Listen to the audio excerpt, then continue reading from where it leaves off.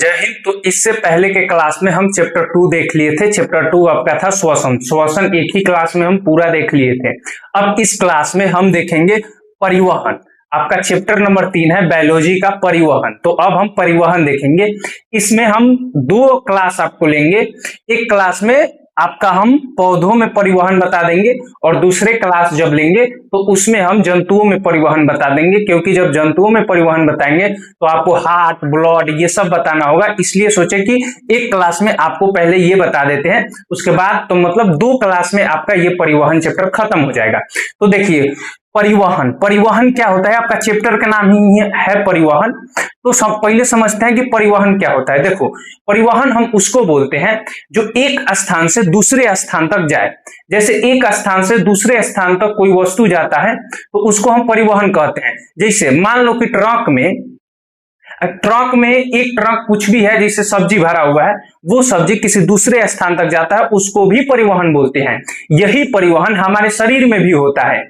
जैसे हम वहां पे ट्रक में कुछ सब्जी रख दिए, वो सब्जी को जैसे मान लो कि पटना से हम भेज दिए दिल्ली, तो वो क्या हुआ, परिवहन हुआ। या कोई ट्रेन पटना से दिल्ली गया, उसमें हम सामान रख के भेज दिए, वो क्या हो गया, परिवहन।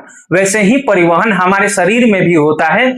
वैसे सेम परिवहन होता है हमारे शरीर में। जो भी जैसे मान लो कि हम सांस ले रहे हैं तो ऑक्सीजन ले रहे हैं, ऑक्सीजन का परिवहन हुआ तबे तो शरीर में गया। अच्छा, शरीरवा में जहां परिवहन हो गया तो ऑक्सीजन चला गया। अब हम कार्बन डाइऑक्साइड हमारा शरीर छोड़ता है तो हम सांस के जरिए छोड़ते हैं। ए भैया, तो जो कार्बन डाइऑक्साइड होता है उसको फेफड़वा तक लाता कौन है? अगर लाता है कोशिका से तो वही तो हुआ परिवहन। मतलब एक स्थान से दूसरे स्थान तक को हम परिवहन कहते हैं। परिवहन का मतलब होता है उपयोगी पदार्थ। जो हमारे शरीर में उपयोगी पदार्थ होता है उसको कोशिका तक ले जाना। उपयोगी पदार्थ हमारे शरीर में क्या है? जैसे मान लो कि हम सांस लिए तो हमें हवा से ऑक्सीजन चाहिए। वो ऑक्सीजन ब्लड क्या करता है, ब्लड के अंदर हीमोग्लोबिन होता है। हीमोग्लोबिन क्या करता है कि ऑक्सीजन को, जो ऑक्सीजन होता है उसको कोशिका तक पहुंचा देता है। ये हुआ परिवहन। तो ये हमारे लिए तो ऑक्सीजन अच्छा होता है। तो ये कौन सा, कोशिका के अंदर जो उपयोगी पदार्थ है, क्योंकि हम ऑक्सीजन का उपयोग करते हैं, तो उपयोगी पदार्थ को कोशिका तक छोड़ना परिवहन हो गया। उसके बाद उस कोशिका के पास हम CO2, जब हम ऑक्सीजन से ऊर्जा बनाएंगे तो CO2 रिलीज करेंगे। उस CO2 को शरीर के बाहर भी तो लाना होता है। तो उस CO2 को शरीर के बाहर लाना, यही क्या कहलाता है, परिवहन। एक साथ जो दोनों क्रिया हो रहा है इसी को हम बोलते हैं परिवहन। उपयोगी पदार्थ को कोशिका तक पहुंचाना तथा हानिकारक पदार्थ को शरीर से बाहर करना, यही हुआ परिवहन। परिवहन का मतलब इतना ही सही है। परिवहन मतलब उपयोगी पदार्थ हमारे शरीर के अंदर जाता है तथा जो हानिकारक पदार्थ होता है वो निकलता है, और इस क्रिया को जो करता है उसी को परिवहन कहते हैं। अब देखो, परिवहन जो होता है यह जंतु में और पादप में दोनों में होता है। जंतु मतलब जानवर, हम मानव, ये सब क्या हो गया, जंतु। मतलब हमारे अंदर भी परिवहन होगा। अच्छा, यही सेम परिवहन पौधों में भी होता है, क्योंकि पौधे भी तो जीवित रहते हैं। तो पहले हम देखेंगे कि पौधों में परिवहन कैसे होता है। देखो बबुआ, पौधों में परिवहन करता है जाइलम। जाइलम का क्या काम होता है कि हम तुमको जब बताए थे प्रकाश संश्लेषण, उस समय जाइलम का जिक्र किए थे, लेकिन यहाँ पे डिटेल से देखेंगे जाइलम को। देखो, ये जो परिवहन चैप्टर का प्रॉपर PDF तुमको टेलीग्राम चैनल पे मिल जाएगा। वहां पे एकदम परिभाषा एक एक करके खूब बढ़िया से सजा सजा के परिभाषा लिखा हुआ है। तो यहाँ पे हम समझाएंगे, इसलिए पूरा परिभाषा नहीं लिखेंगे, जितना में तुमको समझा पाए उतना में ही लिख के समझाएंगे। लेकिन जब तुम PDF खोलेगा उसमें प्रॉपर लिखा गया है, और PDF में किताबी भाषा नहीं लिखा गया है, जिससे तुम उसको आसानी से याद कर पाएगा। या याद क्या, अगर यहाँ समझ लिया तो उसको याद करने का जरूरत ही नहीं पड़ेगा। तो तुम परिवहन समझ गया। अब देखो, पौधों में परिवहन जो होता है वो जाइलम के थ्रू होता है। पौधों में परिवहन के लिए तुम दो चीजें याद रखना, सब कुछ छोड़ देना, दो चीज। एगो याद रखना जाइलम, एगो फ्लोएम। तो पहले हम देखेंगे जाइलम, उसके बाद तुमको बताएंगे फ्लोएम। तो तुम पहले अभी फ्लोएम को भूल जाओ कि क्या होता है, जरूरत नहीं है। पहले अभी तुम देखो जाइलम। जाइलम क्या होता है, यह एक संयोजी उत्तक है। संयोजी उत्तक उसे बोलते हैं जो शरीर को जोड़ के रखता है। जो जोड़ के रखता है उसको संयोजी उत्तक बोलते हैं। तो जो जाइलम होता है यह पूरे पेड़ में जोड़ के रखता है, पूरे पेड़ को जोड़ के रखता है। तो यह एक क्या है, संयोजी उत्तक है। इसका कार्य यह होता है कि यह जमीन से जल लेके और पत्ती तक पहुंचा देना। ए भाई, तो परिवहन का परिभाषा क्या होता है? परिवहन का परिभाषा ये होता है कि किसी भी वस्तु को एक स्थान से दूसरे स्थान तक पहुंचा देना, यही कहलाता है परिवहन। ये बबुआ, तो इसका कार्य क्या है? यह जड़ से जल लेता है और जाके पत्ती को दे देता है, तो यह तो परिवहन हो रहा है ना। जड़ से जल लिया, पत्ती को दे दिया। जड़ से जड़ ले लेता है, जड़ रूट जिसको बोलते हैं, पेड़ का जड़ देखा है, पेड़ के जड़ से जल ले लिया अपने अंदर, या लेके आई दे दिया किसको? जाके पत्ती को दे दिया। तो इसका काम क्या होता है कि जल और खनिज को, जो खनिज होते हैं उसको पत्ती तक पहुंचा देना, इसका ये काम होता है। यह क्रिया नीचे से ऊपर होता है। ए बाबू, जो पेड़ है तो पेड़ तो नीचे है, पेड़ का जड़ नीचे है, लेकिन पत्ती ऊपर है। तो जो जाइलमो पनिया को पीठ पे बांध के ले जा रहा है, यह क्या कर रहा है? नीचे से ऊपर जा रहा है। तो ये कोनो याद करने का चीज है कि यह क्रिया नीचे से ऊपर की ओर होती है। तुमको दिमाग नहीं है कि जाइलम नीचे से ऊपर जाता है, तो जाइलम जो होता है वो नीचे से ऊपर होता है, क्योंकि जाइलम ऊपर से नीचे कुछ लाइवे नहीं करता है, इस एक ही तरफ जाता है कि पेड़ के जड़ से जल लेता है, खनिज लेता है और पत्ती को दे देता है, और पत्ती वहां से भोजन बना देता है। जैसे याद करो, तुमको हम बताए थे कि प्रकाश संश्लेषण होता है, तो प्रकाश संश्लेषण के लिए 3 चीज का जरूरत होता है। एक होता है प्रकाश, दूसरा होता है हवा, और जिसे CO2 कहते हैं, कार्बन डाइऑक्साइड, हवा, और तीसरा होता है जल। ए बाबू, तो वो तो प्रकाश हवा ऊपर ही मिल जाएगा, लेकिन जल तो नीचे से ले जाता है, और वही जल लेके कौन जाता है? जाइलम। ज से जाइलम और ज से जल। याद करने का तरीका देखो, तुम ऐसे कंफ्यूज हो जाता है, लड़का लोग ज्यादातर कंफ्यूज होता है कि फ्लोएम ले जाता है कि जाइलम ले जाता है। तो ज से जाइलम और ज से जल, क्या? ज से जाइलम, ज से जल। तो वो क्या करता है कि जल को पत्तियों के पास दे देता है और पत्तियां वहां से भोजन बना लेती हैं। तो जाइलम में तुम 3 चीज देखना, यह एक संवहन उत्तक है। उसके बाद इसका कार्य जो होता है वो पौधों को जल पहुंचाने का, जल और खनिज पहुंचाने का इसका काम होता है, और यह क्रिया नीचे से ऊपर होता है। ये तुम्हारे एग्जाम में पूछा हुआ है कि जाइलम क्या होता है, तो तुमको हम लिख के दे दिए हैं PDF में, वहां से देख लेना। यही चीज वो लिखा है, लेकिन यहाँ शॉर्टकट में हम तुमको समझाने के लिए लिखे हैं। तो जाइलम का काम क्या होता है? जाइलम एक संयोजित उत्तक है जो जड़ से जल लेकर पत्तियों तक पहुंचा देता है। इसी क्रिया को हम जाइलम कहते हैं, और यह क्रिया नीचे से ऊपर की तरफ होता है। नीचे से ऊपर की तरफ हमेशा याद रखना जाइलम। ए बाबू, अब देखो, पादपों में जल और खनिज का वाहन कैसे होता है? वाहन का मतलब परिवहन, वही बोलो, वाहन का मतलब एक स्थान से दूसरे स्थान तक ले जाना। ये पूछा हुआ क्वेश्चन है, 2025 में पूछा था कि पादप में जल और खनिज का वाहन कैसे होता है। देखो समझो, पादपों में जल और खनिज का वाहन कैसे होता है। जो ये समझो कि ये हमारा पेड़ है, पेड़ तुम समझ लिया। अब इस पेड़ के अंदर जड़ होता है, और जड़ के छोटे छोटे धागे होते हैं जिन्हें हम रोम कहते हैं। गांव में देखना, कोई पेड़ उखाड़ोगे, जब तुम पेड़ उखाड़ोगे, चाहे आम का पेड़ देखना, जो छोटा छोटा आम का बतिया जो पेड़ होता है, तुम उसको एक जगह से उखाड़ के दूसरे जगह ले जाता है हलाने कि नहीं हम यहाँ पे बोएंगे, यहाँ बड़ा करेंगे इसको। उस पेड़वा को जब उखाड़ता है तो देखना, आमवा के पेड़वा में एगो तो मोटा मोटा जड़ होगा, और वो मोटा मोटा जड़ से एगो एकदम पतला पतला जड़ जुड़ा होगा, जिसको हम रोम कहते हैं। उसी को जड़ का रोम कहते हैं। वो क्या करता है, ये जड़ के रोम क्या करते हैं कि पानी को अपने अंदर सोख लेता है।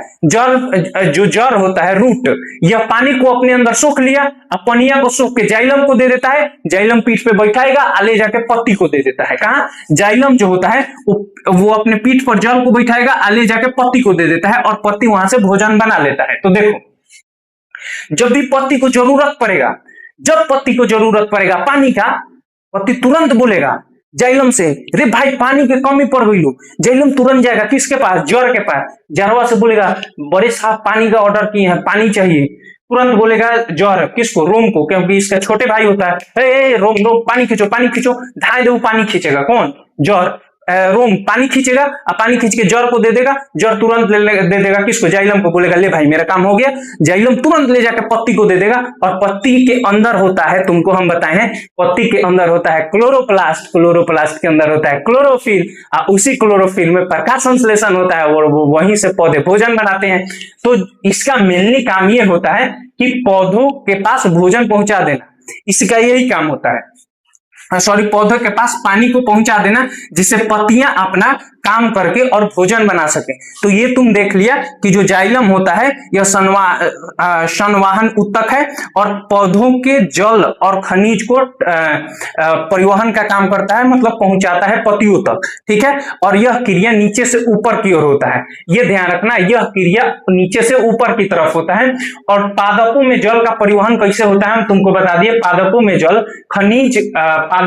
और खनिज का वहन जाइलम के द्वारा होता है। और किस विधि से होता है ये तुमको हम बता दिए। कैसे? रोम जो होता है, जो जड़ होता है, यह पानी को और खनिज को अपने अंदर सोख लेता है और सोख के दे देता है जाइलम को। जाइलम क्या करता है कि जाइलम ले जाता है और ले जाकर पत्तियों को दे देता है। यही काम है किसका? जाइलम का। तो जाइलम का काम क्या होता है? जल और खनिज का वाहन करना। और पादपों में कौन यह वाहन करता है? तो जाइलम करता है। ये तुम देख लिया, तुमको हम नोट तुम्हारा पीडीएफ में अच्छे से इसको बता दी है। अब इसके बाद तुम देखो फ्लोएम, क्योंकि फ्लोएम क्या करता है? भोजन को पहुंचाता है। अब तो भोजन बन गया, ये जाइलम जल जाके दे दिया किसको? पत्ती को, और पत्ती अब भोजन बना लिया। अब भोजनों को तो पहुंचाना है, भोजन को तो पेड़ के चारों तरफ पहुंचाना है। जैसे हमारे शरीर में कोशिका के अंदर क्या बन गया? ऊर्जा बन गया। अब वो ऊर्जा ब्लड में मिल जाता है और चारों तरफ सबको बांट देता है, दे देता है, या खाना ही को ही वो ब्लड चारों तरफ दे देता है, इसीलिए हमारा शरीर का सब कोशिका जीवित रहता है। वैसे ही काम करता है। भोजन तो बन गया, यहाँ कहाँ पे? पत्ती में भोजन बन गया। अभी भोजन को चारों तरफ ले जाने का काम फ्लोएम का होता है। तो एक बार आप फ्लोएम को समझ लेते हैं। जाइलम आपको समझा देंगे। अब देखो फ्लोएम, हम आपको जाइलम में बता दिए कि जाइलम का काम होता है जड़ से जल लेगा, रूट से जल ले लेता है और वो ले जाके पत्तियों को दे देता है। ये था जाइलम। अब देखो हम फ्लोएम को देखते हैं। अब पत्तियां भोजन बना लेती हैं और उस भोजन को, अब पत्ता में भोजन बनता है तो उस भोजन को पत्ता रखता नहीं है, क्योंकि पेड़ के हर भाग को चाहिए भोजन। तो उस भोजन को हर भाग तक पहुंचाने का काम फ्लोएम का होता है। तो हम आपको बताएं, ज से जल और ज से जाइलम। तो जल को पत्ती तक पहुंचाने का काम जाइलम का होता है। और फ से फ्लोएम, तो फ्लोएम अब तो ऐसा ही याद रखेगा कि जाइलम और फ्लोएम दो में कंफ्यूजन होता है। तो हम आपको जाइलम बता दिए कि जाइलम ज से जाइलम और ज से जल का परिवहन करता है। और फ्लोएम क्या करता है? भोजन का परिवहन करता है। ये भी एक संवाहन ऊतक है। अगर हम शायद पिछले में बोल दिए हैं कि जो जाइलम है वो एक संयोजिक ऊतक है, तो अगर बोले हैं तो आप ध्यान दे दीजिएगा, वहां संवाहन ऊतक होगा। जो जाइलम फ्लोएम है यह क्या है? एक संवाहन ऊतक है। इसका कार्य होता है भोजन को पहुंचाना। जाइलम फ्लोएम का काम होता है भोजन को पहुंचाना। फ्लोएम की गति सभी दिशाओं में होता है। हम जाइलम में देखे थे कि वो ससुरा केवल नीचे से ऊपर जाता था, लेकिन फ्लोएम चारों ओर जाता है। जिन्हें मन होने पत्ता ओर जाने का मन होगा पत्ता ओर चल जाएगा, जड़ में जाने का मन होगा धाए देखा नीचे घुस के जड़ में चल जाएगा, अगर इसको कहीं डाली में जाने का मन होगा डाली में चल जाएगा। तो फ्लोएम का चारों ओर डिस्ट्रीब्यूशन होता है, ये चारों ओर जाता है। कौन? फ्लोएम। यह सभी दिशाओं में गति करता है। तो याद रखना फ्लोएम में तीन चीज, एक यह एक संवाहन ऊतक है, भोजन का, यह भोजन को पहुंचाने का यह काम करता है, और इसका गति सभी दिशाओं में होता है। यह था फ्लोएम। अब देखो आपके एग्जाम में पूछा था एक बार क्वेश्चन कि पादपों में भोजन का स्थानांतरण कौन करता है? ए भाई, तो पादपों में भोजन का स्थानांतरण कौन करता है? फ्लोएम करता है, क्योंकि यही इसका मुख्य कारण है भोजन को पहुंचाना। और ये बोल रहा है कि भोजन का स्थानांतरण मतलब एक स्थान से दूसरे स्थान तक कौन ले जाता है? तो बबुआ ये कौन ले जाता है? फ्लोएम ले जाता है। तो अब समझो, इसको तो तुमको भाषा में लिखना होगा, लेकिन हम इसको पीडीएफ में लिख के दे दिए। यहाँ समझो, जो फ्लोएम होता है यह पादपों में भोजन का स्थानांतरण करता है, ठीक है। यह सभी भागों में जैसे जड़, तना और फल तक पहुंचाता है। जाइलम फ्लोएम का काम भोजन बनाना नहीं है, भोजन तो बन जाता है जड़ में, पत्ती में, और पत्ती से भोजन यह ले लेता है और लेके पहुंचा देता है। वैसे ही ठीक जैसे डिलीवरी बॉय का काम होता है। डिलीवरी बॉय, जब तुम ये जोमेटो स्विगी से खाना ऑर्डर करोगे बाबू, तो वह क्या करता है कि खाना को, रेस्टोरेंट में खाना बनता है और खाना को डिलीवरी बॉय उठा के ले जाके तुम्हारे पास दे देता है। तो यह खाना को उठा के ले जाने का मतलब डिलीवरी बॉय वाला काम कौन कर रहा है? यही कर रहा है फ्लोएम। और खाना बनाने का काम तो रेस्टोरेंट कर रहा है, क्योंकि उस रेस्टोरेंट में खाना बनता है। तो रेस्टोरेंट कहाँ है? पत्ती में। तो पत्ती खाना बनाता है और खाना को लेके पीठ पलाद के जाइलम घुमा के चारों ओर बांट देता है कि ले लो भाई ले लो।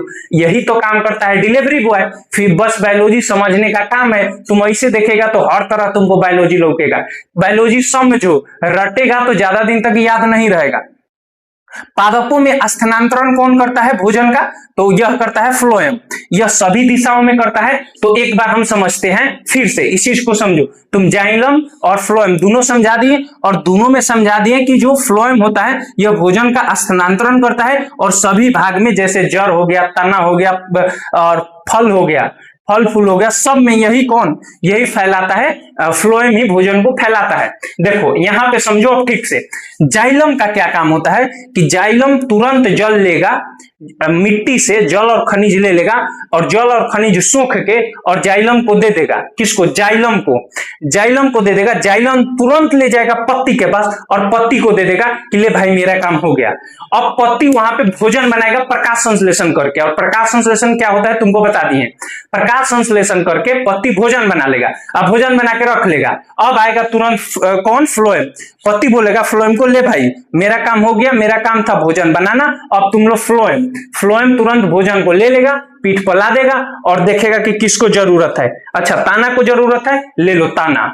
ताना मतलब डाली। अच्छा उसके बाद देखेगा कि अच्छा जड़ को जरूरत है, धार देखा ऊपर से लेके नीचे आएगा, जड़ को दे देगा कि लो भाई, कैसे जड़ को भी तो भोजन चाहिए, जड़ को दे देगा। उसके बाद खार होकर देखेगा अच्छा फल को भी चाहिए, तुरंत ले जाके फल को दे देगा, तुरंत फल को दे देगा। फिर खार होकर देखेगा अच्छा फूल को भी चाहिए, तुरंत फूल मांगेगा कि भाई हमको भी भोजन दो, ये तुरंत कौन? फ्लोएम ले जाके फूल को भी दे देगा। तो देखो जब भी भोजन पेड़ के अंदर भोजन का जरूरत पड़ेगा, भोजन तुरंत पेड़ तुरंत खलबली मचाने लगेगा कि भाई हमको भोजन चाहिए, भोजन चाहिए। तुरंत यह भोजन किसको? तना अलग चिल्लाएगा, तना अलग हड़ताल पे बैठ जाएगा कि भाई हमको भोजन चाहिए। जड़ अलग हड़ताल करेगा कि भाई हमको भी भोजन चाहिए। फल भी अपना हड़ताल करेगा कि हमको भोजन चाहिए। ऐसा हड़ताल करेगा, फ्लोएम देखते रहेगा बैठ के। फ्लोएम बोलेगा पत्ती को कि भाई भोजन का जरूरत पड़ रहा है, हड़ताल हो रहा है चारों तरफ। ये तुरंत पत्ती को पास संदेश जाएगा, पत्ती तुरंत प्रकाश संश्लेषण करेगा। अब प्रकाश संश्लेषण करेगा तो इसको तो प्रकाश संश्लेषण करने के लिए चाहिए जल, अब जल तो है नहीं, तो यह तुरंत संदेश देगा, नीचे भेजवाएगा संदेश, तुरंत जड़ के पास संदेश जाएगा। जड़ तुरंत क्या जल को अवशोषण करेगा, खनिज को अवशोषण करके जाइलम को दे देगा। जाइलम तुरंत ले जाकर पत्ती को दे देगा, अब पत्ती तुरंत उसको भोजन बना के और फ्लोएम को दे देगा कि ले भाई मेरा काम हो गया। फ्लोएम तुरंत ले लेगा और तुरंत लेके कहेगा हाँ भाई किसको भोजन चाहिए? अच्छा तो उधर से बोलेगा कौन? ताना बोलेगा कि हमको भी भोजन चाहिए, ताना को दे देगा। ले जाके यह ले जाके ताना को दे दिया। उसके बाद कहेगा नीचे जड़, जड़ कहेगा ये हम भी भूखा है, हमको भी भोजन दो। ये तुरंत ले जाके जड़ को दे देगा, जड़ को भी दे दिया। और फिर देखेगा कि अरे फल को भी चाहिए, फल चिल्लाएगा कि फ्लोएम भाई हमको भी दो, हमको भी दो, तो ये फल को भी ले जाके दे देगा। अब बबुआ बताओ ये फ्लोएमवा जड़ों में गया जड़ को खाना देने, अच्छा तना में भी गया खाना देने, और फल को भी खाना देने गया, तो इसका डिस्ट्रीब्यूशन चारों तरफ होता है। यहाँ पे हम तुमको बताए हैं कि सभी भाग में, जैसे जड़ तना, यह सभी भाग में भोजन को पहुंचाता है।